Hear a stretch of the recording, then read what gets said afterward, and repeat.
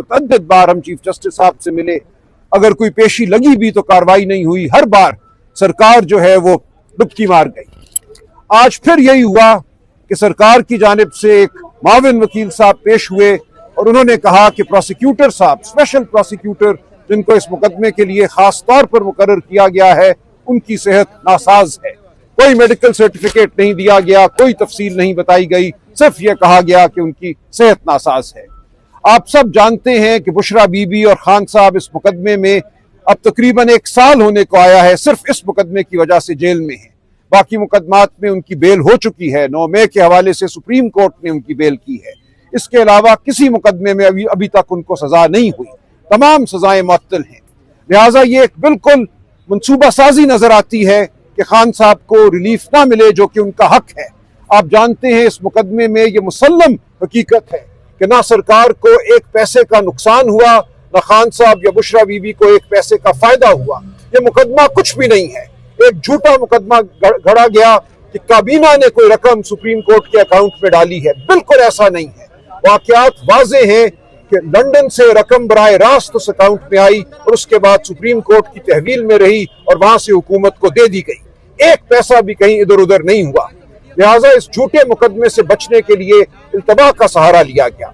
अब हमें नजर ये आ रहा है कि तोशा खाना का जो मुकदमा इस वक्त चल रहा है अडयाला जेल में, और 9 मई के हवाले से जो मुकदमात में तेजी पैदा कर दी गई है, उनका मकसद सिर्फ और सिर्फ ये है कि उन मुकदमात में खान साहब को सजा दी जाए। उसके बाद वो जानते हैं ये बेबुनियाद मुकदमा एक दिन नहीं ठहरेगा, खान साहब को इस मुकदमे में बरियत मिलनी ही मिलनी है।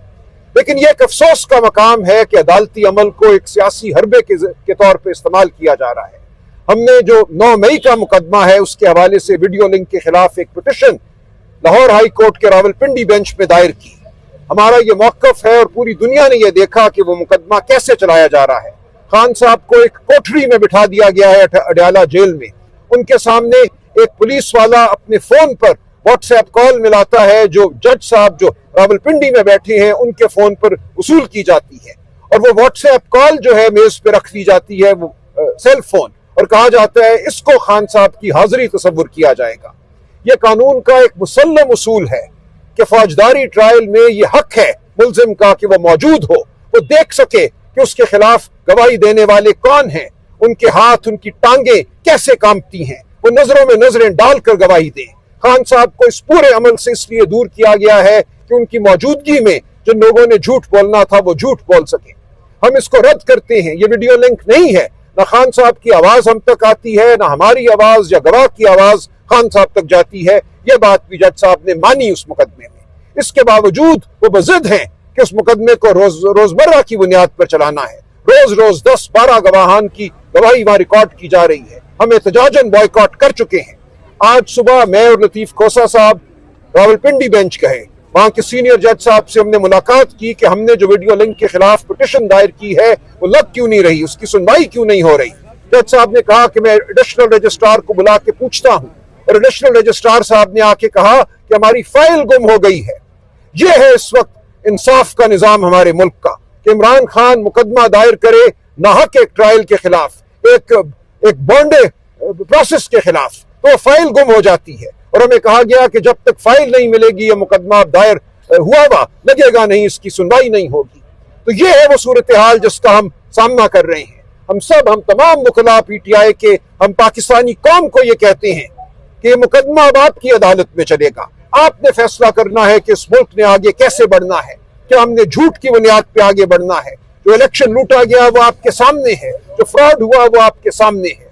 तो हम आपसे ये गुजारिश करते हैं, इल्तजा करते हैं, आपको दावत देते हैं कि हमारे साथ खड़े हो, हमारे साथ चलो, कानून की जानिब, इंसाफ की जानिब, शराफत की जानिब। हम पे रकीक हमले किए जा रहे हैं। इस मुल्क में शराफत को खत्म कर दिया गया है, आइन और कानून को खत्म कर दिया गया है। तोशा खाना 2 लगा हुआ है अडयाला के अंदर ट्रायल में, और उसकी सलमान सफदर साहब कहते हैं 2 या मैक्सिमम 3 हियरिंग्स रह गई हैं, जिसके ऊपर उसके अंदर इनको सजा हो जाएगी। तो जो हाई कोर्ट में हो रहा है इस वक्त, आपको पता है कि 10 महीने के बाद अलकादिर के लिए आपने हमें देखा है कि कितनी दफ़ा सारे MNAs, सारे MPAs, सेनेटर्स, हम सारों ने आके इमरान खान और बुशरा बीबी के केस के लिए साथ दिया है, सिर्फ इसलिए कि तारीख मिल जाए। अब ये जज साहब ने 25 तारीख की डेट दी थी, और वो भी जब हम कई कई घंटे यहाँ गुजारते हैं डोगर साहब के वो सेक्रेटरी के कमरे में, उसके बाद जाके 25 तारीख मिली, और अब अगली तारीख उन्होंने 16 अक्टूबर की दे दी है। अब ये अगर आपका ख्याल है कि इसमें कोई इमरजेंसी नहीं है, या तो इतनी मसरूफियात हमें तो कोर्ट रूम में नहीं नजर आ रही थी, आप कहें जी तारीख नहीं मिल रही है, कोई वजह होनी चाहिए। जब साइफर लगा हुआ था तो रोज बिला नागा उस दिन वो उसका केस चलता था, यहाँ पे उसकी हियरिंग हो रही थी हाई कोर्ट में, कई महीने चली लेकिन रोज होती थी। अब क्या वजह है कि 25 तारीख को आप अगली तारीख 3 हफ्ते के बाद दे रहे हैं या 2 हफ्ते के बाद? ये क्या वजह है कि नहीं 3 हफ्ते के बाद आप तारीख दे रहे हैं? क्या ये इससे दी जा रही है कि आप चाह रहे हैं कि तोशा खाना के अंदर सजा हो जाए? तो लेकिन तोशा खाना की सजा तो जो हमें समझ आ रही है अगले 1 हफ्ते के अंदर सजा हो जाएगी।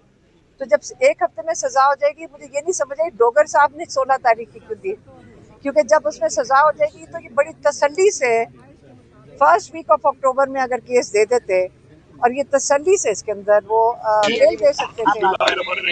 आप सबको मालूम है कि ये एक ड्रामा शुरू है इस मुल्क में इमरान खान साहब के साथ जो केसों के हवाले से किया जा रहा है।